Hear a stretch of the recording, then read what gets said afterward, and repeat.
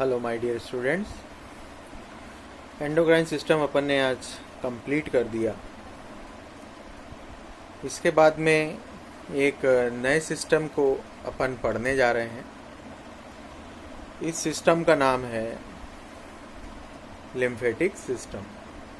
अब ये lymphatic system क्या है?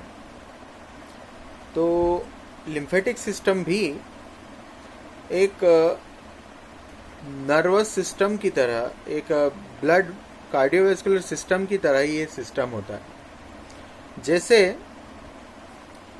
आर्टरीज और वेन्स पूरी बॉडी में ट्यूब की तरह फैली हुई है, जो कि ऑक्सीजनेटेड ब्लड और डीऑक्सीजनेटेड ब्लड को पूरी बॉडी में ट्रैवल करवाती है। हार्ट पंप करता है तो ब्लड चारों दिशाओं में बॉडी के जाता है, डिफरेंट टिश्यू तक जाता है और टिश्यू से होकर के वह ब्लड वापस रिटर्न टिश्यू से हार्ट तक आ जाता है। उसी तरीके से नर्वस सिस्टम भी है। नर्वस सिस्टम के नर्व फाइबर पूरी बॉडी में हैं, फैले हुए हैं, टिश्यू तक जाते हैं और ब्रेन से इलेक्ट्रिकल इम्पल्सेस रिसीव करके बॉडी के हर एक टिश्यू तक जा करके देते हैं और टिश्यू से इलेक्ट्रिकल इम्पल्सेस वापस ब्रेन तक आता है। पर आज अपन नर्वस सिस्टम की ना तो बात कर रहे हैं, ना तो कार्डियोवैस्कुलर सिस्टम की बात कर रहे हैं। अपन आज बात कर रहे हैं लिम्फेटिक सिस्टम की। अब ये लिम्फेटिक सिस्टम भी एक ऐसा सिस्टम है जिसमें लिम्फ ट्रैवल करता है। वैसे हर एक सिस्टम का कुछ एक खासियत होती है। जैसे कार्डियोवैस्कुलर सिस्टम ब्लड को लेके जाता है,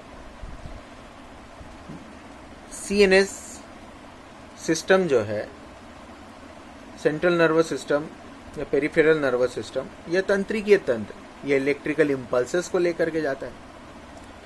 तो ये लिम्फेटिक सिस्टम है क्या? आज अपन उसी की चर्चा कर रहे हैं कि लिम्फेटिक सिस्टम है क्या। तो लिम्फेटिक सिस्टम एक ऐसा सिस्टम है जिसे बनना पड़ा बॉडी के अंदर मसल्स को न्यूट्रिशन देने के लिए। साथ ही साथ लिम्फेटिक सिस्टम इसलिए भी बना ताकि मसल्स को न्यूट्रिशन के साथ साथ वेट एटमॉस्फेयर भी मिल सके, यानी गीलापन या नमी भरापन भी मिल सके।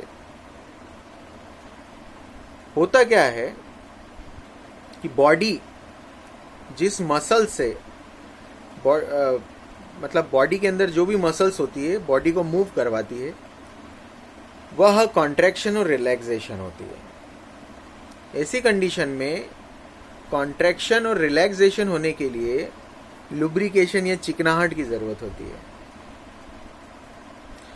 तो अगर मसल्स सूखी हो जाएगी तो ना तो कॉन्ट्रैक्शन हो पाएगा ना रिलैक्स हो पाएगा। अपनी मसल्स जो है जैसे कि तैसे ही बनी रहेगी, अपने को बहुत दर्द होगा। गीली सतह पर या लुब्रिकेंट या चिकनी सतह पर कोई सा भी सब्जेक्ट आसानी से स्लाइड खा जाता है। वैसे आपकी बॉडी में जितनी भी मसल्स है उसमें लुब्रिकेशन होना बहुत ज़रूरी है। तो मैं आपको एक चीज़ बताता हूँ। जब भी किसी भी एनिमल की स्किन को हटाया जाता है तो अंदर की मसल्स गीली रहती है। वो क्यों गीली रहती है? ह्यूमन बॉडी को भी अगर अपन किसी भी ये 5 kg की स्किन को अगर अपन हटाएंगे तो देखेंगे कि मसल्स में गीलापन या चिकनाहट या चमकीली दिख रही है। ऐसा आप देखेंगे तो जैसे मुर्गे को भी देखेंगे आप, बकरी को भी देखेंगे, फिश को भी देखेंगे, तो स्किन जैसे हटाते हैं तो गीलापन होता है। उसी तरीके से मसल्स जैसे अपनी ह्यूमन बॉडी की स्किन को अगर अपन हटाएंगे तो अपना भी मसल्स गीली दिखाई देती है। ऐसा क्या है? लिम्फेटिक सिस्टम पे ही मैं बात कर रहा हूँ। अभी आपको डायरेक्टली पढ़ा नहीं रहा हूँ, सिर्फ आपको थोड़ा सा एक्सप्लेनेशन दे रहा हूँ कि लिम्फेटिक सिस्टम है क्या। तो वो गीलापन आया कहाँ से? तो मैं आपको बताता हूँ गीलापन कहाँ से आया। होता क्या है कि ब्लड वेसल्स, आर्टरीज और वेन पूरी बॉडी में है और ब्लड को लेकर के जा रही है।